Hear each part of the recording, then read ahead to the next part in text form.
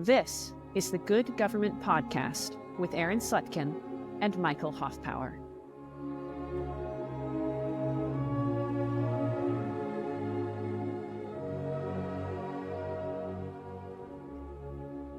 Have you ever made a cobbler? Cobbler, no. I've made a poor man's cobbler before, which I understand it is just having a bed of baked fruit and then you sprinkle granola over top of it. But I don't think we're talking about the same thing. Yeah. Wait, you baked that? Pie filling covered with granola, stick it in the oven. Okay. Yeah, well, I mean... Maybe that's a crumble. I think that's a crumble. That's right. A crumble. Well, cobbler's not... I'd be interested in knowing what a rich man's cobbler is, but cobblers are really pretty straightforward. I learned this from a friend of mine's grandmother.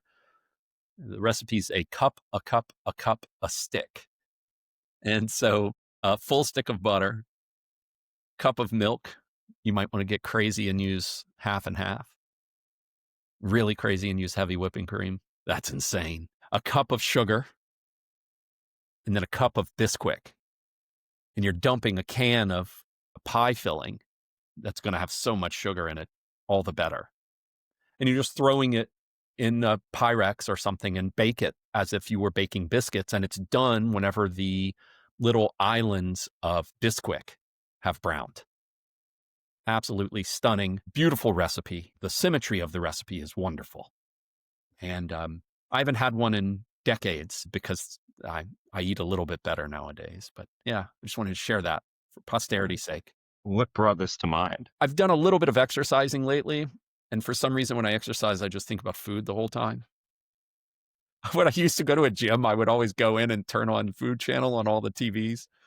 Definitely not well regarded by others who didn't appreciate the juxtaposition or the perversion, I guess, even of having someone just cooking dessert while you're exercising.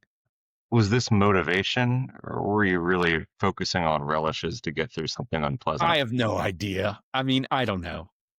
Probably just being silly more than anything. I mean, these cooking shows are incredibly entertaining. Yeah. When I was a kid, we used to pile into my grandmother's room and watch Iron Chef. Yeah, sure. The original Iron Chef, huh? Yeah. Yeah. Not Iron Chef America. As you get older and your visual palette expands, then you get the real reward, which is Bourdain. I haven't been able to watch Anthony Bourdain since he left this mortal coil. I can't do it. I mean, Bourdain was so essential to our appreciation of food. It really, really changed the way that we thought about food and enjoyed it. Yeah, I took his death pretty hard. The man I never met, read his books, watched his shows. That was a bummer there.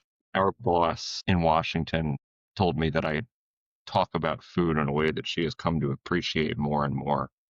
And I chalked it up to having listened to the 8.5-hour audiobook of Kitchen Confidential in the first 8.5 hours of a drive with friends from Austin to Virginia. Wonderful. Did you ever see that movie, The Big Night? Yeah, you should check it out. It's an older movie that really showcases the beauty of cooking and food. Italian, lovely movie. There are a handful of movies, I think, that do this really well. I'm sure I'm missing some. Chef, I think, does a real nice job. I mean, Favreau just knows how to make movies very well. That one's pretty good, too. You know, Babette's Feast? Yeah. That's a beautiful movie. You know, I've been thinking about Federalist 24 and 25 and how very Machiavellian they are, how Lockean they are. And these are the drums I'm always beating, but welding yourself to strictures that are impracticable and not capable of meeting exigencies seems to me to parallel Machiavelli's first paragraph of chapter 15 of The Prince regarding learning how not to be good and good according to necessity. And in that case, we would take morality, and in Publius's case, we would take constitutional restrictions. So the goodness of the thing in both cases is evaluated by its effectiveness regarding what's necessary. And the standard that Publius is concerned with is security in liberty, which exists in a tension with providing for that security, because the very dog that you need to keep you safe might actually bite you. So I've been thinking about those papers a lot, and I said Locke also because of the danger of precedence when it comes to the prerogative power and having a bad prince who is incapable of using the prerogative power well. Locke's second treatise, chapter 15. And here we see the problem that Publius is wrestling with in Federalist Paper 25 and 24 is the loss of a sort of reverence for the Constitution because of its inability to provide the powers necessary to meet exigencies. And so when you have to pull some Spartan Lysander business, you realize that now going against the Constitution at times might be a matter of prudence, but very soon will be a matter of abuse by lesser princes who come to rule. And so I've been thinking a lot about those papers in this way. I'm sure there's much more that can be said. Also, the concern over war and the need to prepare for these exigencies reminds of Prince chapter 14 with Philopomen, where even in times of peace, you are to be thinking of war. I was speaking of Prince 3 last meeting, but Prince 14 should be admitted as well. Man, Publius is really, really on fire in these papers. 24, 25, and then what we're going to discuss today, 26. I mean, do you have any thoughts that have come to you after we discussed 24 and 25? And thinking also about Machiavelli, reading The Prince and trying to think of what kind of republic he may be envisioning or articulating if we're going to say that this is not a work meant only for princes, as might be understood. There's a temptation to think that it is a republic focused only on war. And Publius's republic, we used the term commercial republic in our last conversation. It's a republic that is not only directed at war, but at the same time, it would be a mistake to think that a commercial republic could avoid issues of war entirely. Not only because commerce might soften human hearts in a way that would prevent wars, where economic interest would be able to resolve conflicts without a resort to the sword, but also because of the exigencies you just mentioned. There is a necessity, if war is to come about, that one is well armed for it. And this leads into our conversation that we're going to have today about the provision in the Constitution for raising armies. You could add to this the importance of a citizen-based military as a republican, wherein that citizen military owns land. I mean, Machiavelli's all over this when you start thinking about the different sorts of arms, for instance, in Prince 12 and 13. You could also add to this consideration the closing bit of Prince 21, wherein Machiavelli is talking about innovations inside your state and where it is that the prince is to offer honors for this. So it's an alternative to conquest as a source of riches, and it also promotes social cohesion, patriotism, we might call it. So it furthers the prince's desire to maintain his own state, but it also allows the people to not only acquire property, but to increase property as it's publicly honored. So that's Prince 21. If I recall correctly, I'd have to check, but I think that's right. So yeah, it's all over the place in these papers, man. And you really want to say, there's no way Publius was not aware of these things, of these readings. There's no way, unless it's just so obviously true that, every school child knows it. Which, if that's the case, why don't others know it? Why are these seeming innovations in his political science? The other thing I've been thinking about is how much Federalist 1 is here. And all I mean by that is we're founding this government on reflection and choice in light of this world of accidents, necessities, and chance. This is Publius's political science on display as he's explaining his constitution to us. and the necessity of meeting exigencies instead of simply being thrown about by fortuna. And once you start building the thing, you understand the need for veneration of the Constitution means that it has to have provisions to meet exigencies. This is what we've been saying since Fed 23. And at the same time, that stands as a danger to securing our liberty, which is a very end of government. Again, to repeat, how do we square that circle? That's what Publius is showing us. It seems as if the primary safeguard against standing armies being used against the people to deprive them of their rights is the House having to affirm the military's existence, financially, of course, every 2 years. That seems to be the primary safeguard, and we're going to get some more safeguards in Federalist Paper 26. So I don't know. I hope you don't mind me going through that. I just wanted to share as I've been meditating on these papers. I really like them a lot more than it's funny how much we've said this to each other. Like, wow. Who thought Fed 15, 16, and 17, which were really a grind for us? We recorded those a few times because we just weren't happy with our grasp of them. But we walked away going, man, these are fantastic.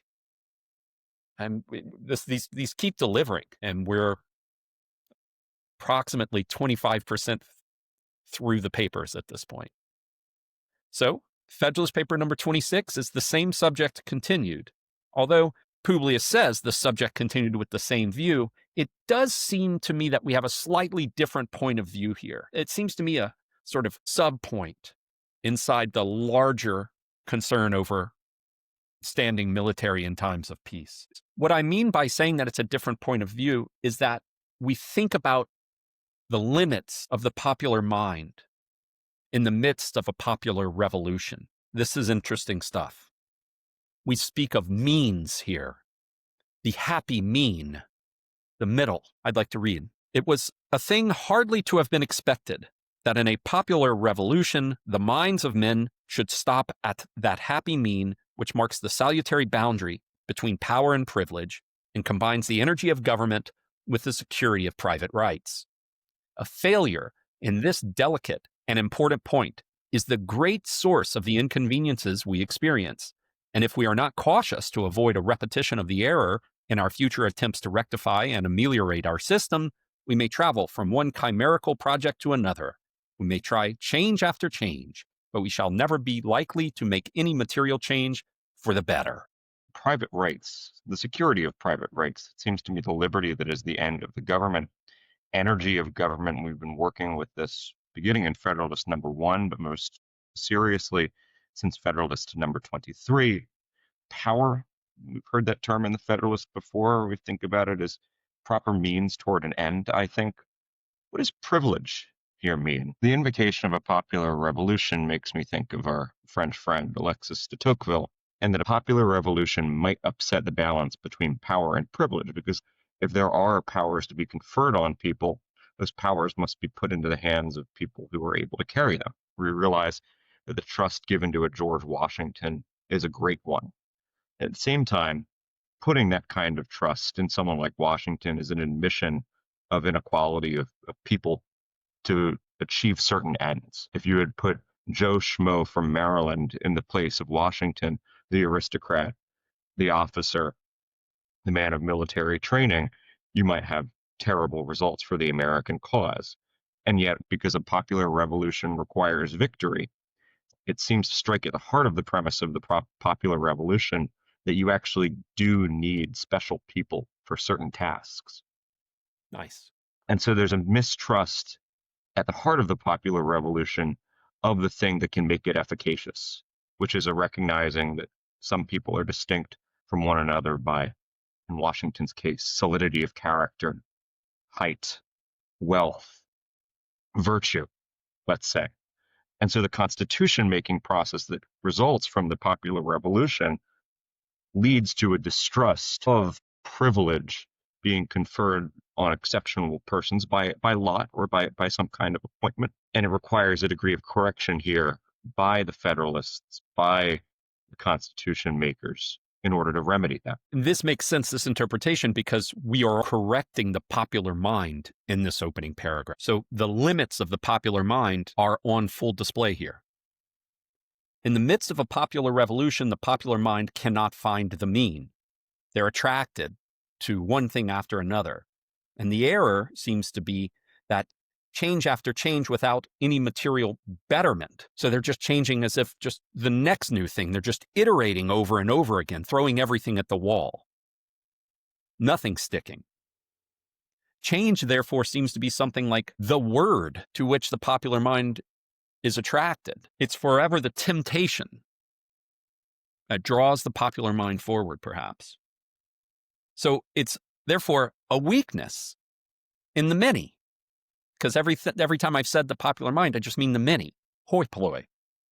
So this is the weakness of the many in a popular revolution, and that should be distinguished then, as you've allowed me to say, Aaron, from the minds of the few. It's the few versus the many, or even the one versus the many. Publius, one versus the many. Not being able to find the mean should now remind us of Federalist Paper number 9.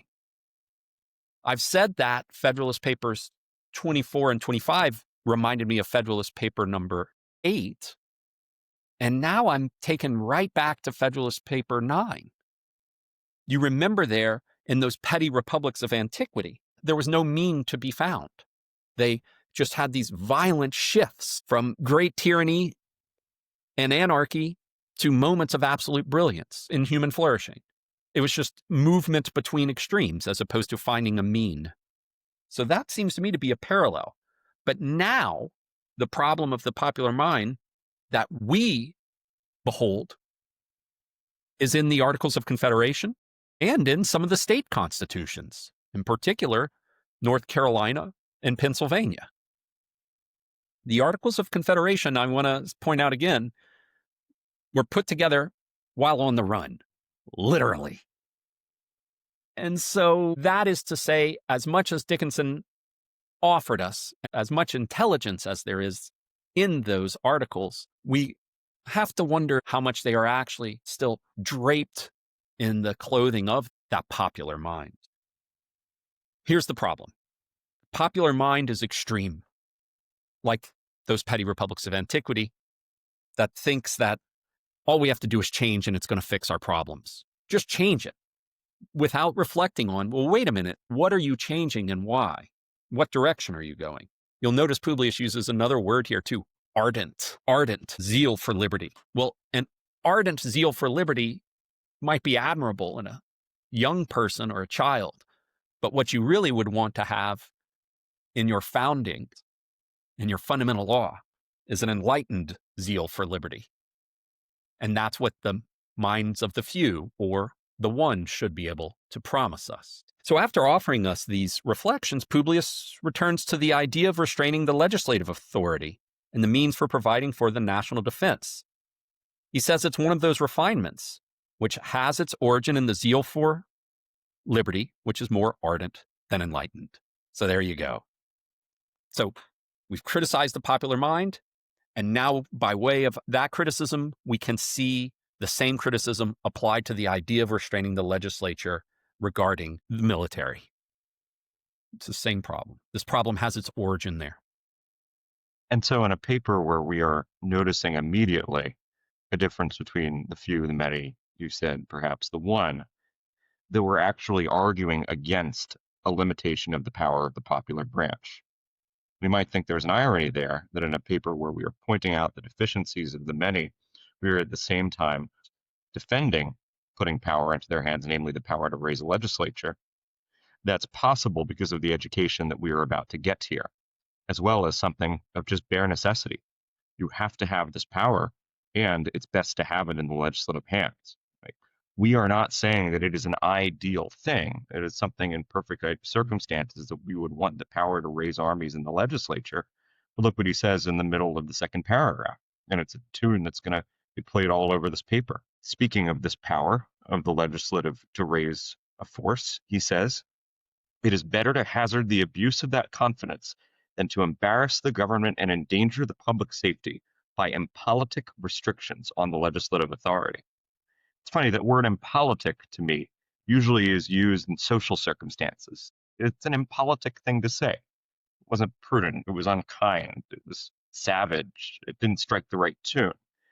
What it seems to mean here is it's actually incompatible with politics, because it's incompatible with political life, with the course of human affairs. So this power has to exist. He continues, the opponents of the proposed Constitution combat, in this respect, the general decision of America. And instead of being taught by experience the propriety of correcting any extremes into which we may have hitherto run, they appear disposed to conduct us into others still more dangerous and more extravagant, as if the tone of government had been found too high or too rigid. The doctrines they teach are calculated to induce us to depress or to relax it by expedients which upon other occasions have been condemned or forborne. He continues later on in the paragraph, the citizens of America have too much discernment to be argued into anarchy. The spirit of the people will resist a mistake of this kind, because without a provision such as the one that Publius is endorsing, you'll have anarchy. When that anarchy is an extreme, we should say. It's remarkable, too, that we have this idea. It exists. It's found its way into broad daylight in Pennsylvania and North Carolina. But Publius says it doesn't fit with America. Most Americans don't understand this to be a salutary law. It's still nonetheless a powerful enough idea that he must contend with it. And I really appreciate your point about Publius's use of the word impolitic. In that wonderful line, it is better to hazard the abuse of that confidence than to embarrass the government and endanger the public safety by impolitic restrictions on the legislative authority. As I said, I really appreciate your point, because what Publius is doing is defining politics as what we would qualify as realpolitik. But he's like, no, this is just politics. It's politic to understand the nature of the world as such. So impolitic, it just means it's foolish. It's visionary in this way. It doesn't understand reality or nature. It's really neat, because we want to say, well, politics is not as dirty as realpolitik suggests it is, or as Machiavellian politics. But Publius is here just saying, no, dude, this is politics. And therefore, the anti-feds are visionaries, philosophers in closets coming up with this stuff. And it's going to kill us. Thank goodness this creed from the anti-feds is unfit for the people of this country. So the anti-feds teach ill-considered doctrines is the nicest way to say it. And then that popular or ruling opinion of the people is decent, because it is more politic than the opinions or the idea advanced in North Carolina and Pennsylvania and by the anti-feds. And so the anti-federalists have made an objection. This is not one of the papers that begins with, there is an objection he is going to answer. It's implied, it's continued from the same essay. The objection is against the end of the second paragraph. A deep and solemn conviction in the public mind that greater energy of government is essential to the welfare and prosperity of the community. So it's something Publius claims already exists in the minds of Americans. So he has to defend the public mind here, which is a happy place to be. And doing so, he finds it necessary to trace the origin and progress of the idea, which aims at the exclusion of military establishments in time of peace. Publius is here asserting that experience has already taught the Americans that greater energy goes with prosperity. So earlier, the arguments that he was having to make for the relationship between energy and good government, he now says is an understanding shared by most Americans because of our experience. I think the most I can do with that is say, it's not that we have a positive experience of energy's relationship to good government. It's rather that we have the negative experience vis-a-vis the inefficacy of the persisting form of government, the Articles of Confederation, which lacks energy. So I think that's how he can say this. But boy, it's taking for granted that everyone's already bought all of the arguments that he's been selling thus far. And also, we need to point out one more thing before we go into paragraph 3. You weaken popular government, then it moves into anarchy, and then it's going to move into tyranny. So the weakening of popular government from this idea is going to bring about anarchy. And I need to remind you, thinking again of Fed 9, that anarchy is going to bring about tyranny. So this idea is not merely a bad idea. It's poison.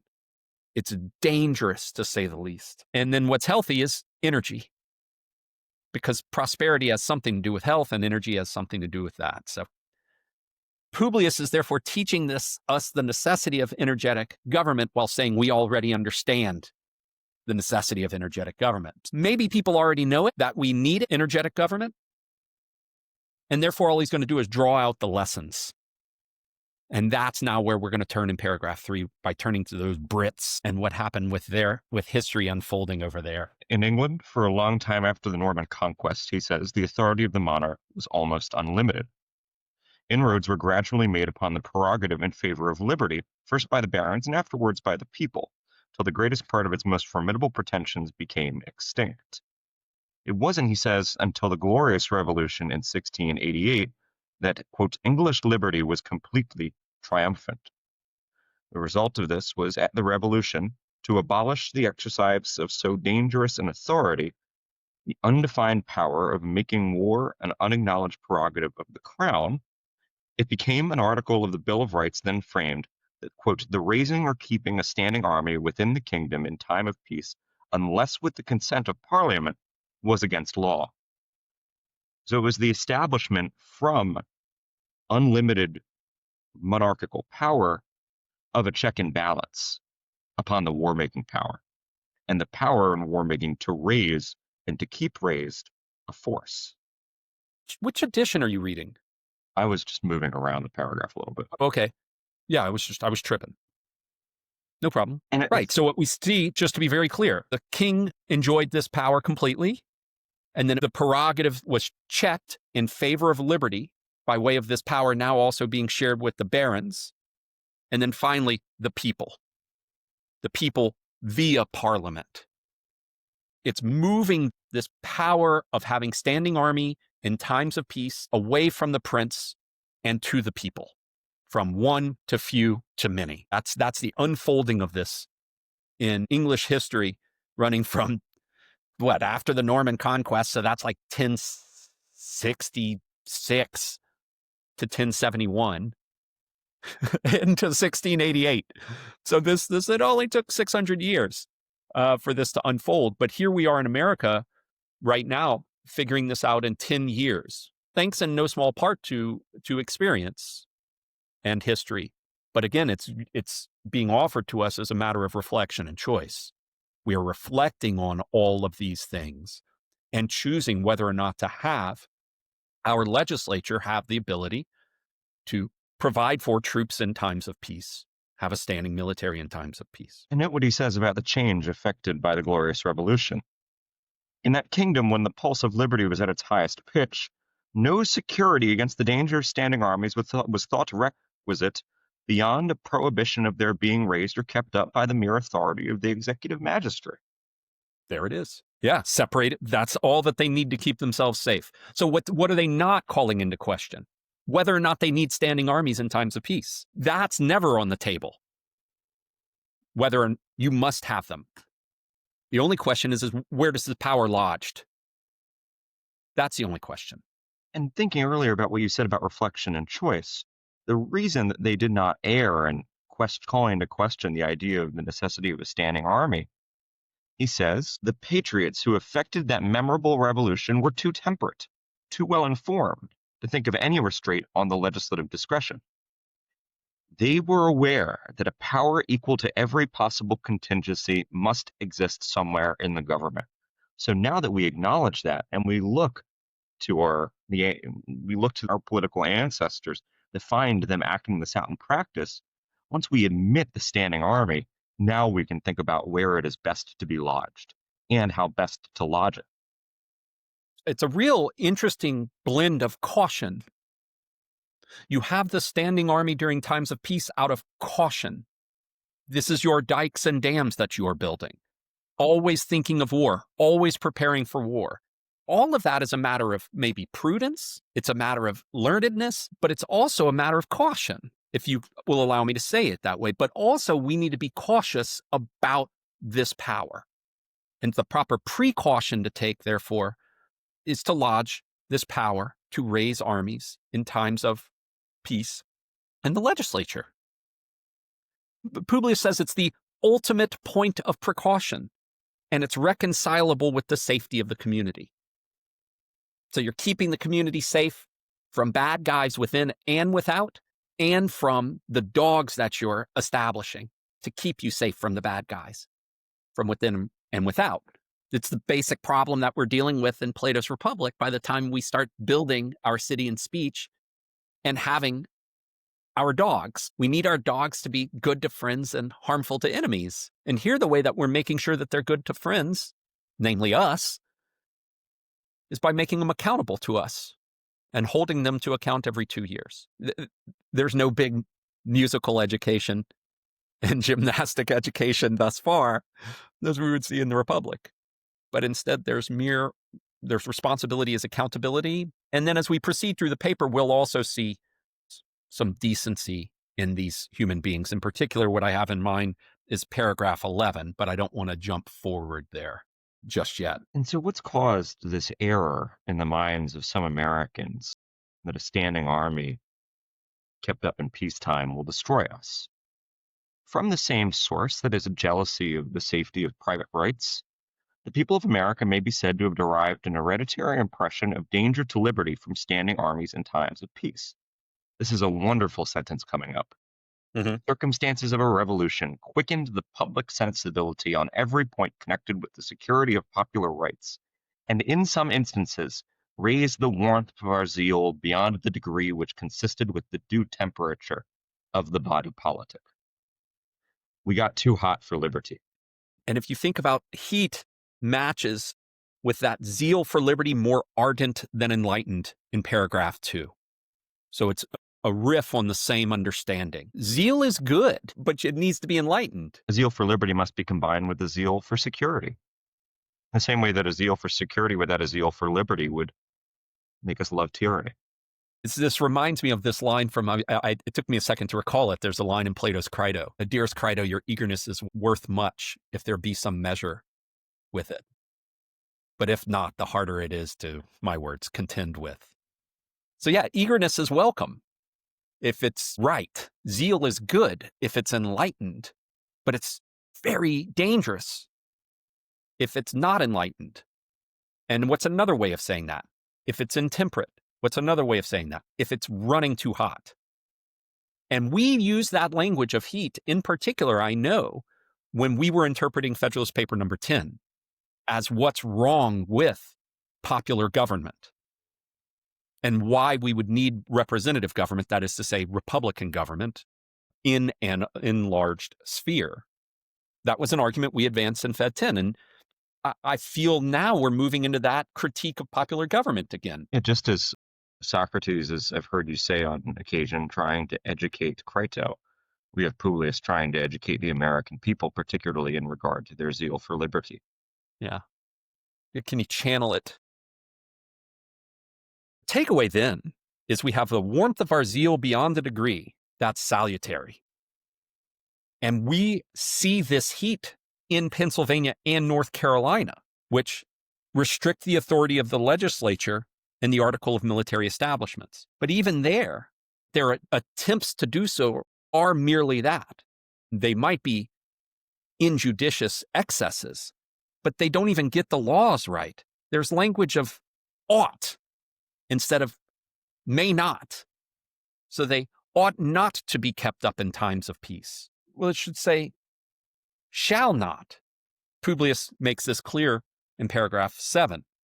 It is remarkable, he says, that even in the 2 states which seem to have mediated an interdiction of military establishments in times of peace, the mode of expression made use of is rather monitory than prohibitory. Monitory, very cool word we don't use often. It means serving as a warning. It is not said that standing armies shall not be kept up, but that they ought not to be kept up in time of peace. The ambiguity of terms appears to have been the result of a conflict between jealousy and conviction, between the desire of excluding such establishments at all events and the persuasion that an absolute exclusion would be unwise and unsafe. So here's another way of seeing the confusion of the popular mind. It's the drunk having another drink and saying, this is the death of me. I shouldn't do this. But you still do it anyway.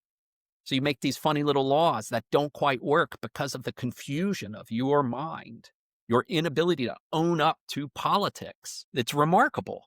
You have a jealousy and conviction between the desire of excluding such establishments, period, and the persuasion that that would be unwise. So you're trying to thread the needle, but that's not how you make law.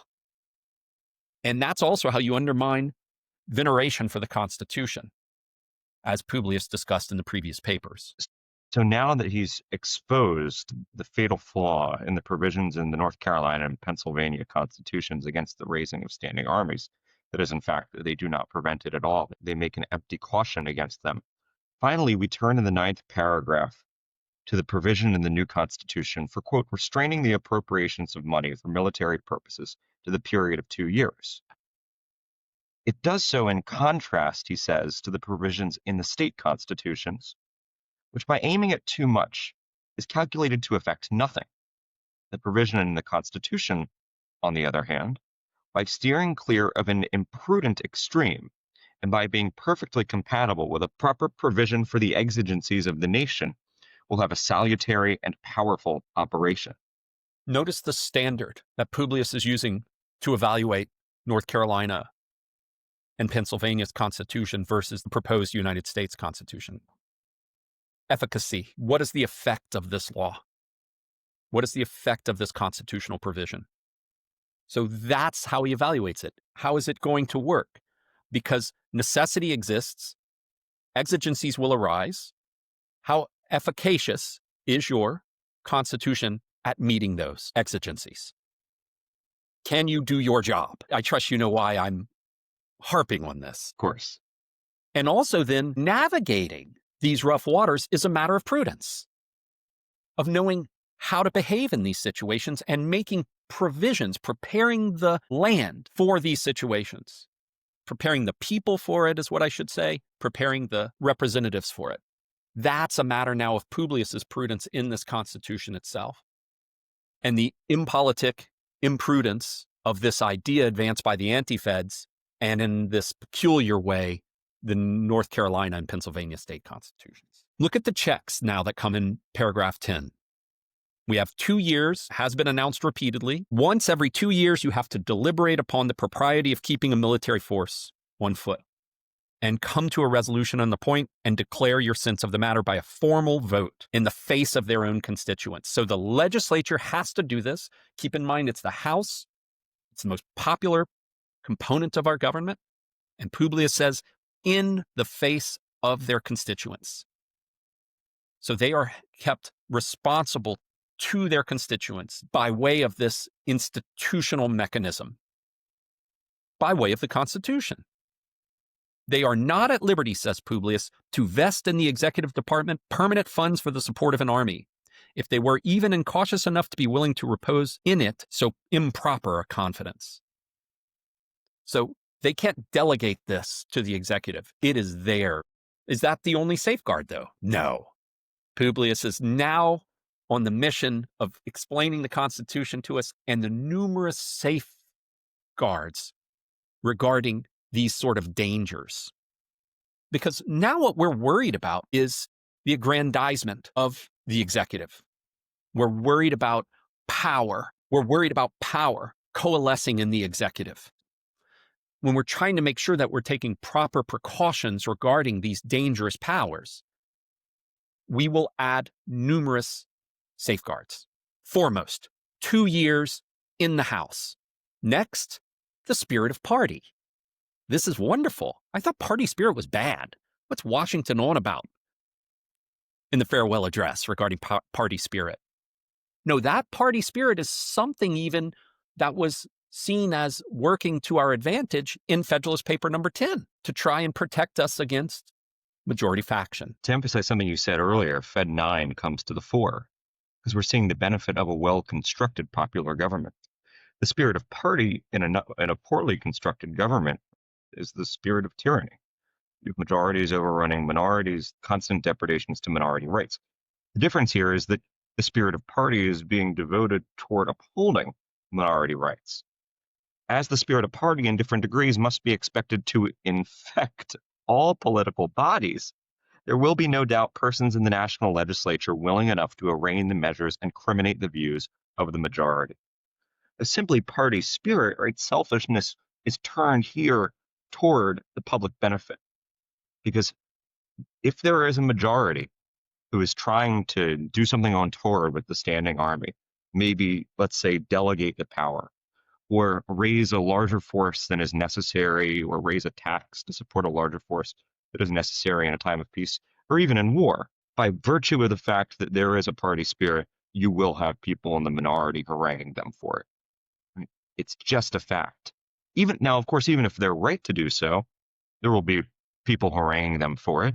That's one of the difficulties about this. I think we see this in our politics, where every measure, no matter how salutary or how ill-conceived, is opposed by half or less than half or more than half of people in the Congress.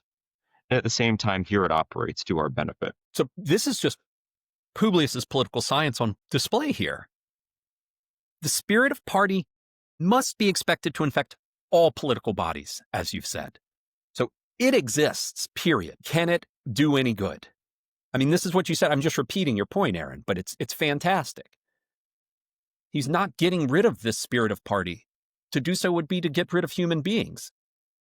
And we saw we can't do that in Federalist Paper number 10. We can't treat the causes because the cure would be worse than the disease. And here, Publius is saying, look, we need standing armies at the discretion of the legislature, but how do we keep the legislature from running wild? Maybe even giving this power over to the executive. The spirit of party, check number 2. 2 years, check number 1. Spirit of party, check number 2. And then finally, a third check. The state legislatures, Publius says, independent of parties in the national legislature itself, as often as the period of discussion arrived, the state legislatures, who will always be not only vigilant, but suspicious and jealous guardians of the rights of the citizens against encroachments from the federal government, will constantly have their attention awake to the conduct of the national rulers and will be ready enough, if anything improper appears, to sound the alarm to the people and not only be the voice, but if necessary, the arm of their discontent. So the jealousy and suspicion that the people are to possess in Fed 25, now in Fed 26, is seen in the state legislatures as well. So I can't make you a person who's not suspicious of those who have power. I can't make you not jealous of your own liberty. But what I can try and do is employ that for the security of your liberty. Because we must lodge this power in the government, but how can we do so and take proper precaution? Just to repeat the argument, has to be re-upped every 2 years in the legislature, in particular the House, party spirit, and now also the jealousy of liberty and suspicion of the federal government by the state legislatures themselves, who will then rouse the people if the people themselves happen to be sleeping. So Publius was relying on the people in 25. Now here in 26, we see auxiliary precautions. And in the following paragraph, we see things that just have to do with the nature, I'll use a term you used earlier, conspiracies. Mm-hmm. Right? Conspiracies require time. An army so long as seriously to menace those liberties can only be formed by progressive augmentations, which would suppose not merely a temporary combination between the legislature and executive, but a continued conspiracy for a series of time. He asks the question, is it probable that such a combination would exist at all? Wouldn't the people who would be willing to form this combination be turned out? There would be movement, re-election within the Senate or the House. Is it presumable that every man, the instant he took his seat in the National Senate or House of Representatives, would commence a traitor to his constituents and to his country? Wouldn't someone blow the whistle? All of these obstacles exist to the formation of a conspiracy, but I think Publius's comment at the end is extremely important in understanding the dikes and dams we're building here. Right? We've gone so far. We've divided up the popular body into 2 assemblies. We've instituted checks and balances. We have the state legislatures. You have time as a bulwark. I mean, come on. How are you going to do any better than time? But look, if such presumptions can fairly be made, that is, if one can assume that time, that elections, that bicamerality, that someone will be standing up to resist the combination from within, if all of those fail, the people, there ought to be at once an end of all delegated authority. The people should resolve to recall all the powers they have hitherto parted with out of their own hands, and to divide themselves into as many states as there are counties in order that they may be able to manage their own concerns in person. So Republican government, in that case, is impossible.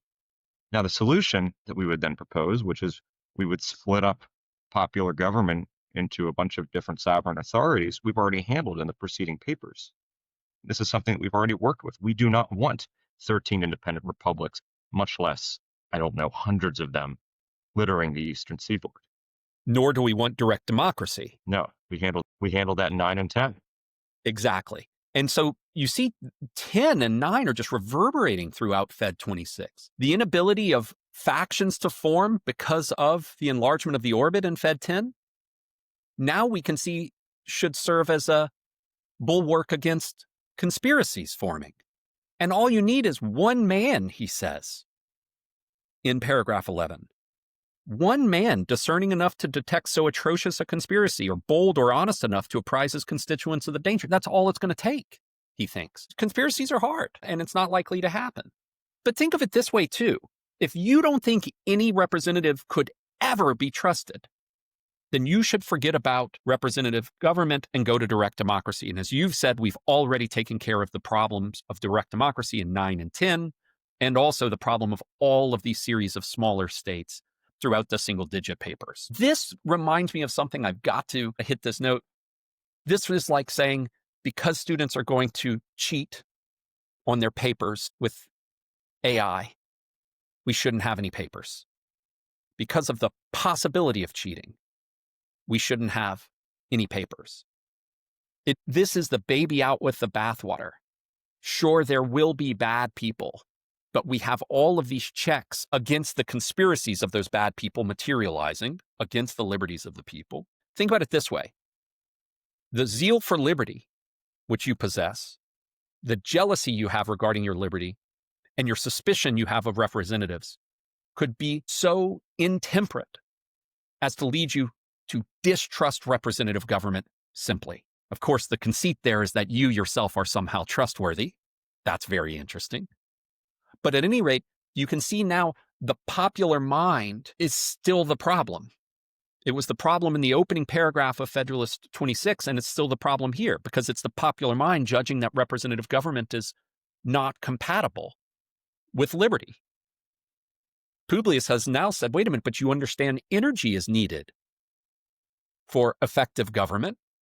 Effective government is that which is capable of securing your liberty. And that government, because of the affairs of state and the affairs of your personal business, is one easy reason to see why you have to have representative government, let alone the problems of majority tyranny. So I think this is a really interesting argument here because he doesn't tell us how much he's really correcting the popular mind at this point. He hides that, where he opened up with an attack on it. So an extreme argument is offered in this 11th paragraph. And it's an extreme argument that's meant to bring the people who have trouble finding the mean towards a more moderate position. So recall the opening paragraph. The popular mind in the popular revolution has trouble finding the mean. No one has publicly drawn this implication out, but Publius has done so now in Federalist Paper 9 and in Federalist Paper 26. Putting this power in the legislature is actually moderate because it's not in an executive or the king, and it's not wholly in the people. And it's made moderate by way of its accountability to the people, that's right, but also because these representatives are to have an enlarged view, some patriotism and love of justice, as we saw in Federalist 10. And then also, we should add, party spirit should keep any of those representatives from becoming bad actors. And then finally, the state legislature should as well. So this is the way that Publius is institutionalizing moderation. The education is being offered in the way that we are coming to understand the limits of human beings and the necessity of these institutions, and we're being educated in that way. He's not just saying, I'm going to educate all of these human beings and they're going to be moderate, period. No, you're going to have party spirit, and that's going to serve as a safeguard. He says in the second to last paragraph, few persons will be so visionary as seriously to contend that military forces ought not to be raised to quell a rebellion or resist an invasion. And if the defense of the community under such circumstances should make it necessary to have an army so numerous as to hazard its liberty, this is one of those calamities for which there is neither preventative nor cure. We might think another one of those calamities, to just expand on what you just said, as party spirit, as the existence of subsidiary institutions like the state governments. Not that any of those things are particularly evil in themselves, but they can be turned to account for something that also exists, namely exigency. You said we are institutionalizing moderation. That's the political science at work here. We see how it helps us take things that are less than ideal and turn them to solve political problems. And then ultimately, there's a reminder that we have to be united under all of this. The union is essential for safety, especially a union that's formed on the basis of proper precautions. And the proper precautions, again, are regarding this military. Look, all of these precautions are underlining the danger.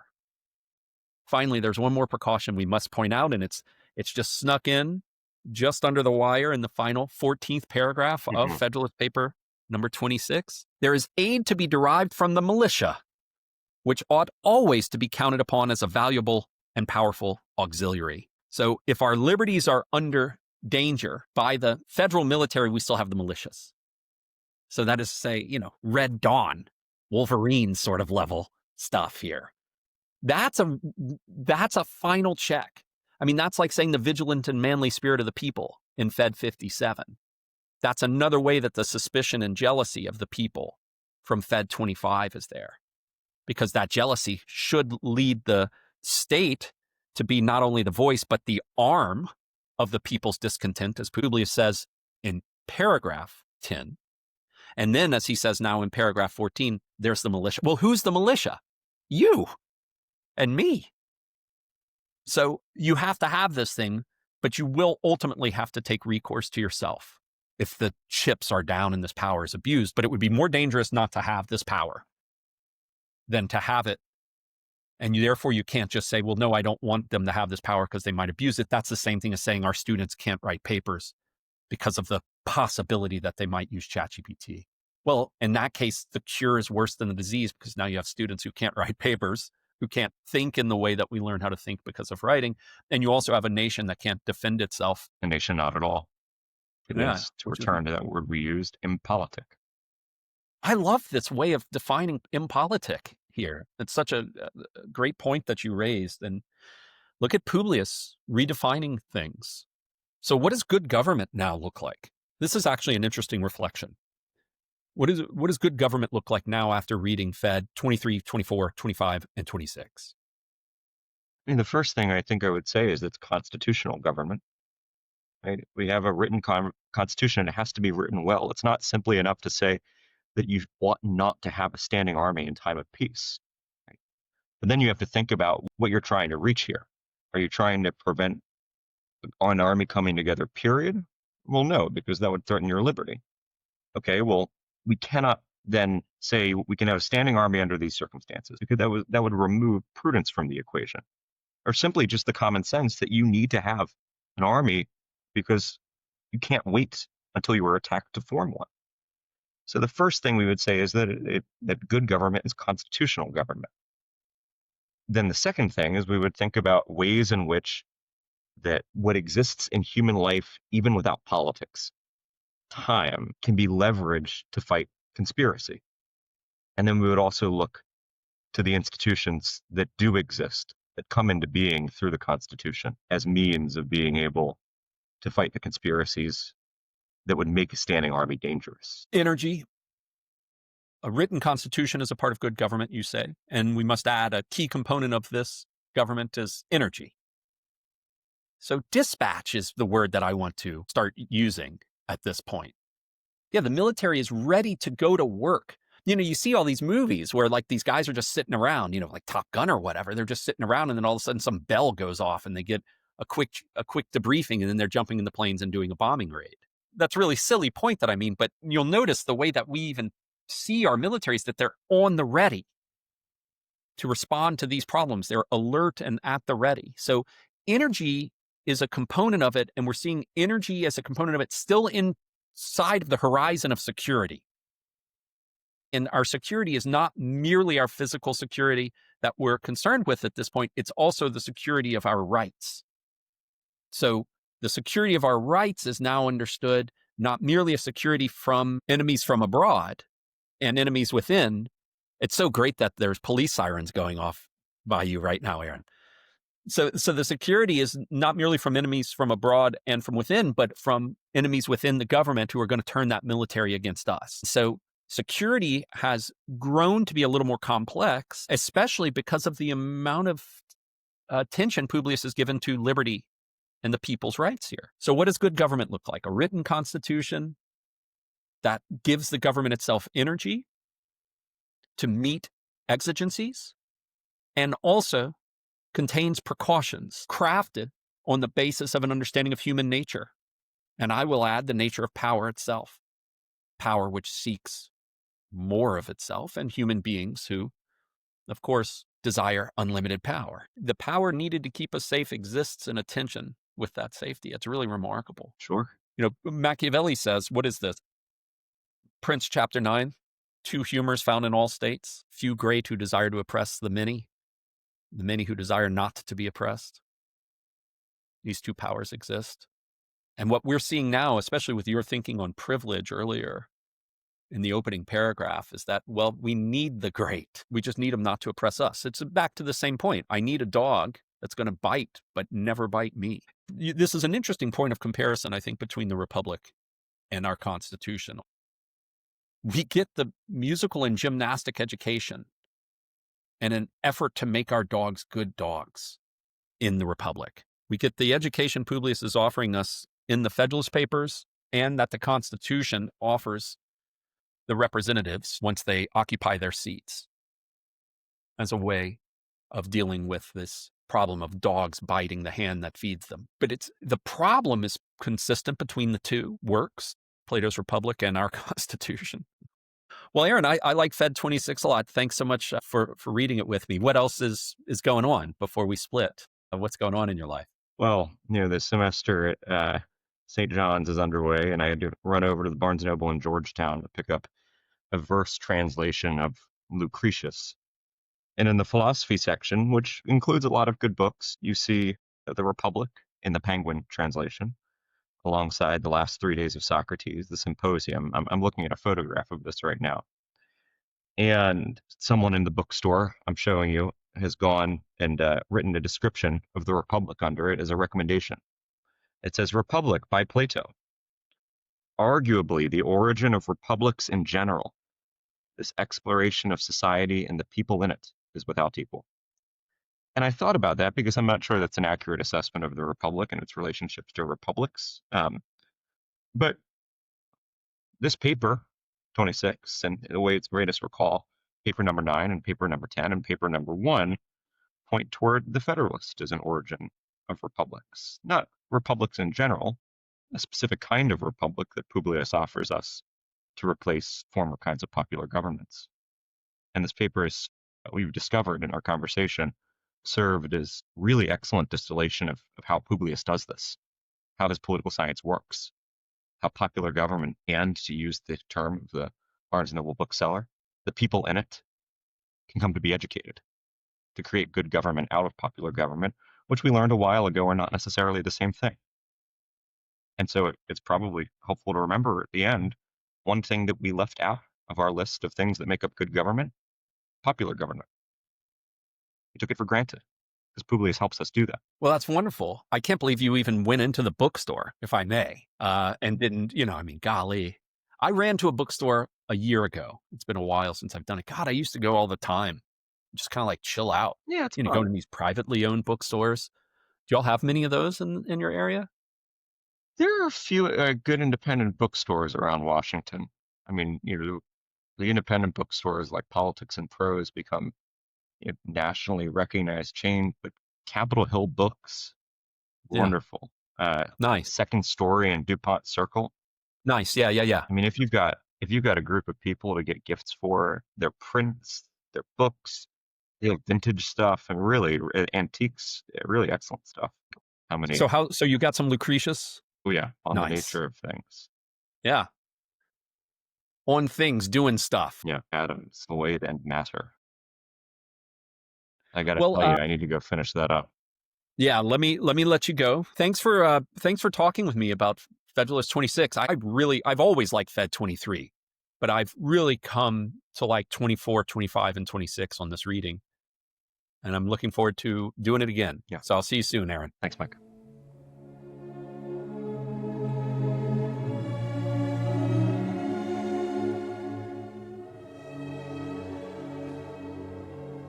This has been the Good Government Podcast with Aaron Slutkin and Michael Hoffpower.